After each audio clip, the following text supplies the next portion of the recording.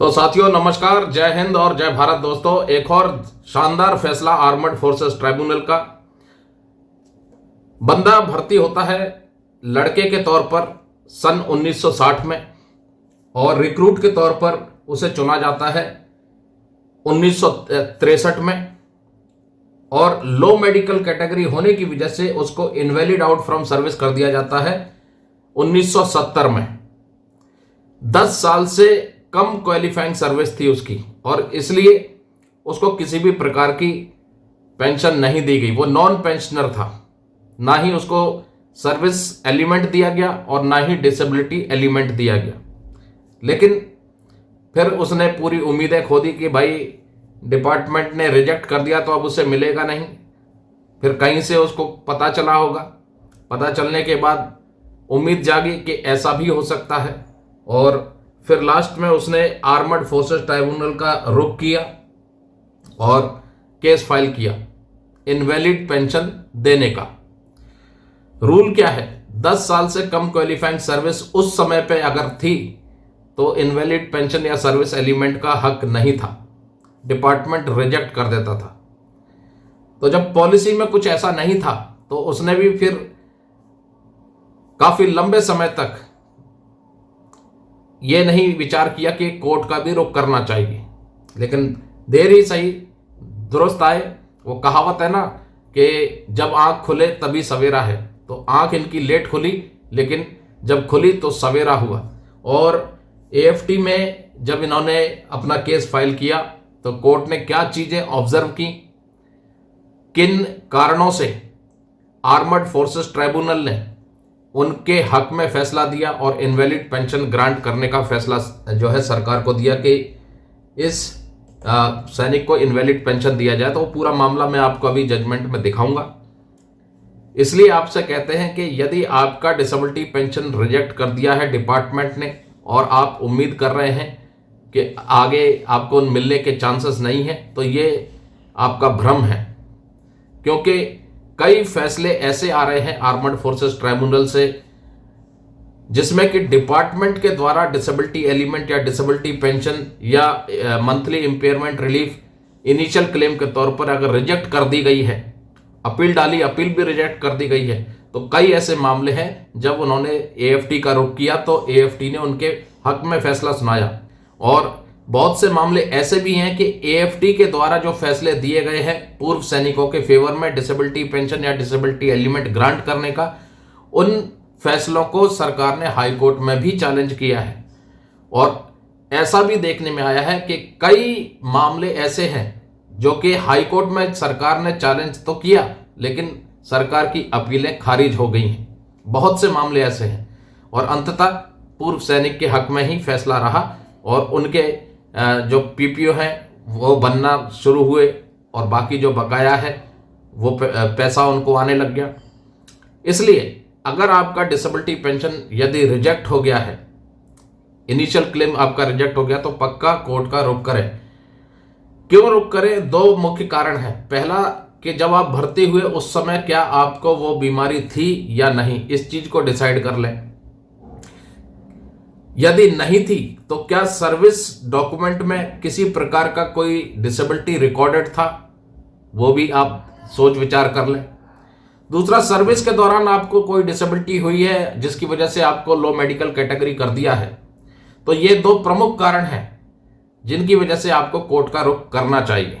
सिर्फ नशे पत्ते की बीमारी आपको नहीं होनी चाहिए कि खराब आदतों की वजह से आपको दारू की बीमारी हो गई, अल्कोहल डिपेंडेंट सिंड्रोम, या कोई नशीले पदार्थ का सेवन करके आपको साइकेट्रिक कैटेगरी कर दिया, और लाइफ स्टाइल से जुड़ी जो बीमारी जो आपकी खराब आदतों की वजह से पड़ी है, उस बीमारी को छोड़ करके यदि आप किसी और डिसेबिलिटी में लो मेडिकल कैटेगरी कर दिए गए हैं और आपका डिसेबिलिटी पेंशन रिजेक्ट कर दिया है, नाना केस कर दिया है, तो पक्का कोर्ट का रुख करें।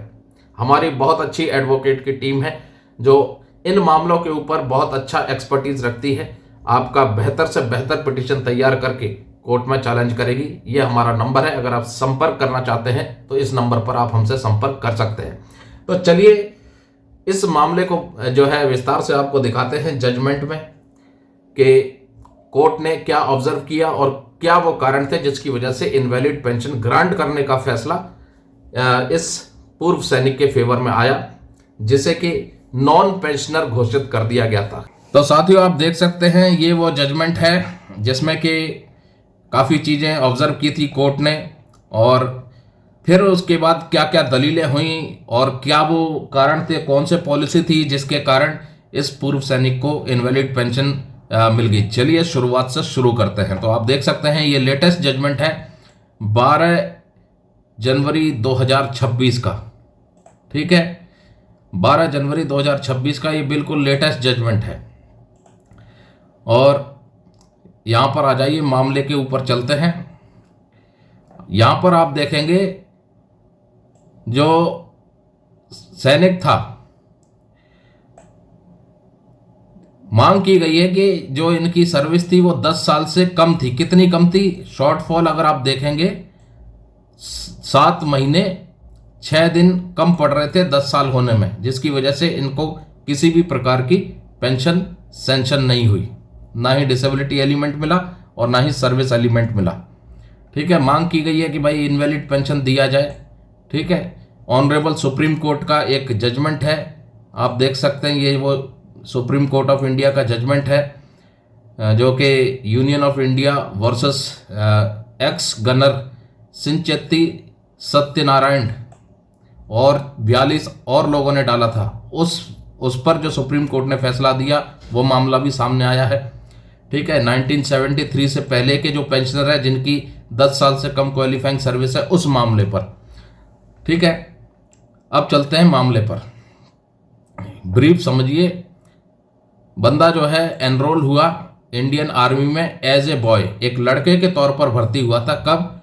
13 अक्टूबर 1960 में।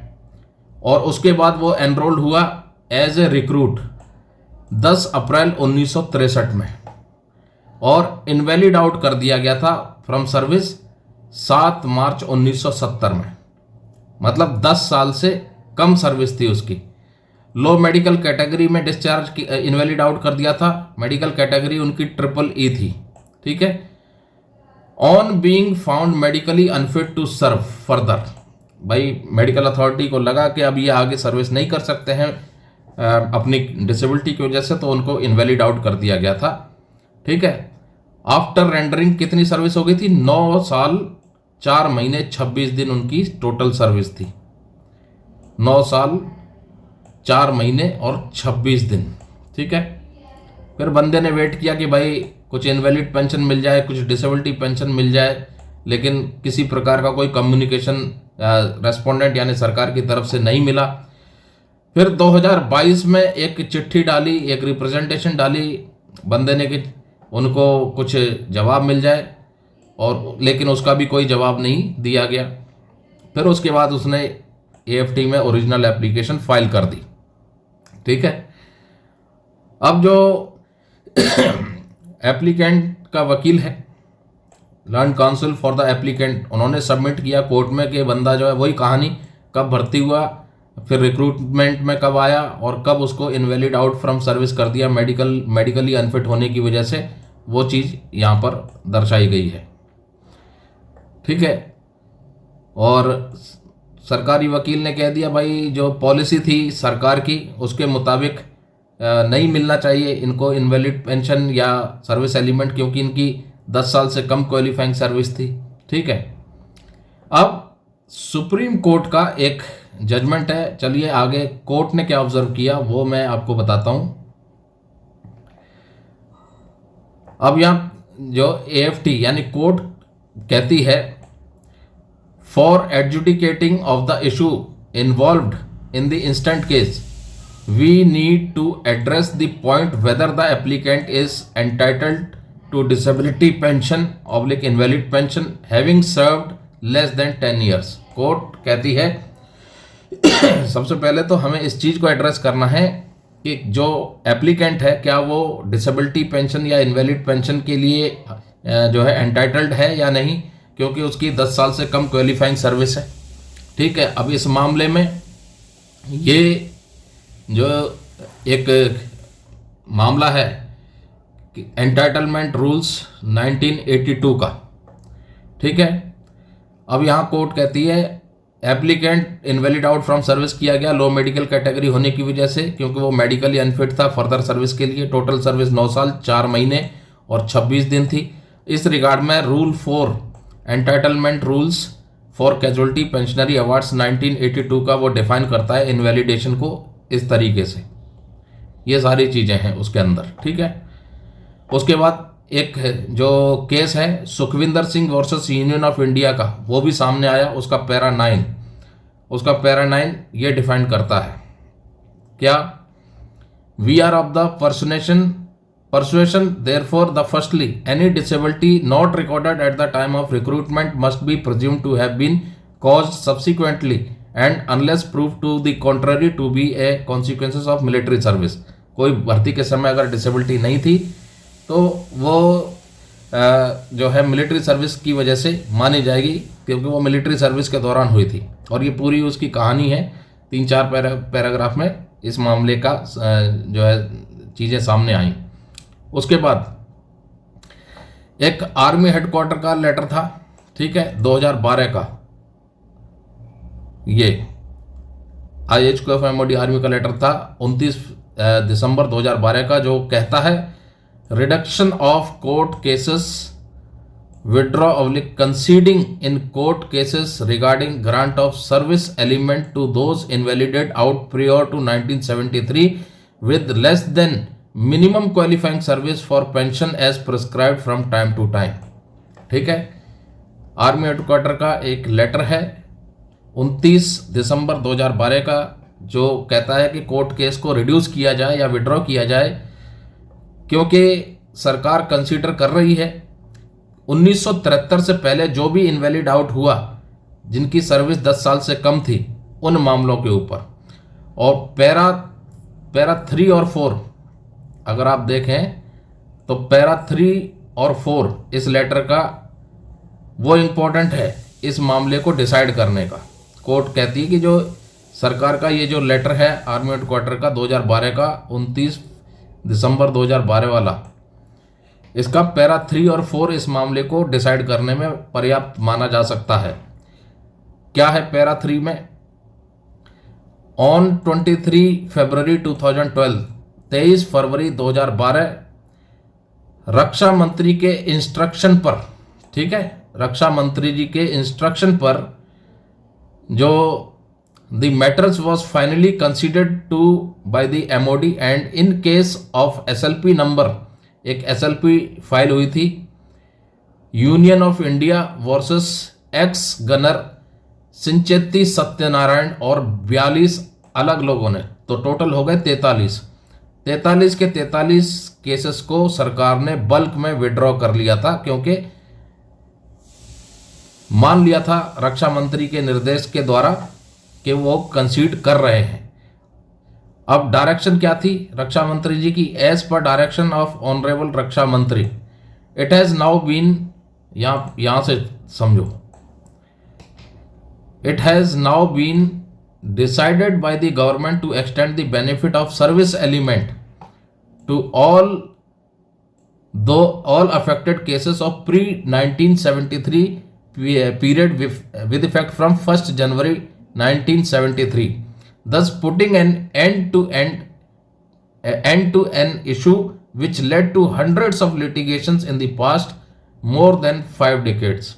50 सालों से पड़ी है जो लिटिगेशन, वो उन मामलों की बात भी हो रही है। कहा है कि भाई रक्षा मंत्री ने जो डायरेक्शन जारी की है कि वो जो गवर्नमेंट ऑफ इंडिया का लेटर है, गवर्नमेंट ने डिसाइड किया है कि जो बेनिफिट है सर्विस एलिमेंट का वो एक्सटेंड किया जाएगा किनको, जो 1973 से पहले 10 साल से कम क्वालिफाइंग सर्विस थी जिनकी, उनको निकाल दिया गया और उनको जो बेनिफिट मिलेगा वो 1 जनवरी 1973 से मिलेगा।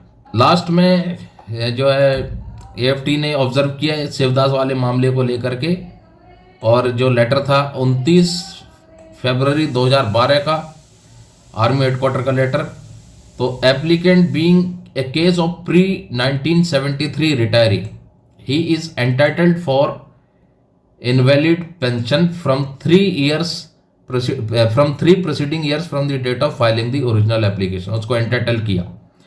इन view of the above original application deserves to be allowed, hence allowed कर दी गई। The applicant is entitled to get invalid pension from 3 preceding years from the date of filing of the original application. और court ने उसको जो है entitle कर दिया कि भाई एक तो इनवैलिड पेंशन मिलेगी और जो एरियर है वो केवल 3 साल तक का ही मिलेगा, जो ओरिजिनल एप्लीकेशन फाइल की है उससे पहले तक का। और रेस्पोंडेंट को यानी सरकार को डायरेक्शन दे दी है कि इनवैलिड पेंशन ग्रांट की जाए, 3 साल तक का उसको जो एरियर वो मिले, ठीक है। और फर्दर ये भी बता दिया है कि भाई इसको 4 महीने के अंदर with in a period of 4 months, ये आप देख सकते हैं 4 महीने के अंदर इस ऑर्डर को इम्प्लीमेंट किया जाए, नहीं तो डिफ़ॉल्ट होता है तो 8% का ब्याज देना पड़ेगा एक्चुअल भुगतान तक। तो साथियों, उम्मीद करते हैं ये आज की जानकारी आपको काफ़ी पसंद आई होगी। बहुत से ऐसे पुराने पेंशनर हैं जिनको चीज़ों का अभी नहीं पता है, सन 1973 से पहले वाले, जिनको इनवैलिड आउट फ्रॉम सर्विस कर दिया गया था लो मेडिकल कैटेगरी होने की वजह से, और जिनको किसी भी प्रकार की पेंशन सैंक्शन नहीं थी, ना ही सर्विस एलिमेंट मिला और ना ही डिसेबिलिटी एलिमेंट मिला और ना ही डिसेबिलिटी पेंशन मिली। तो जो रक्षा मंत्री का एक आदेश था और आर्मी हेडक्वार्टर का जो लेटर था, उसके मुताबिक जो सर्विस एलिमेंट का बेनिफिट है उनके लिए भी लागू कर दिया गया था जिनकी 10 साल से कम क्वालिफाइंग सर्विस थी, और जो इकट्ठे एसएलपी फाइल की थी, तो टोटल 43 एसएलपी फाइल की थी, उन सबको विड्रॉ कर लिया गया था और ये बेनिफिट उनके लिए भी लागू कर दिया गया था। लेकिन जो बेनिफिट मिलेगा वो 1 जनवरी 1973 से मिलेगा। अब अगर किसी ने केस फाइल नहीं किया है तो केस फाइल करें, आपको भी ये बेनिफिट मिल सकता है।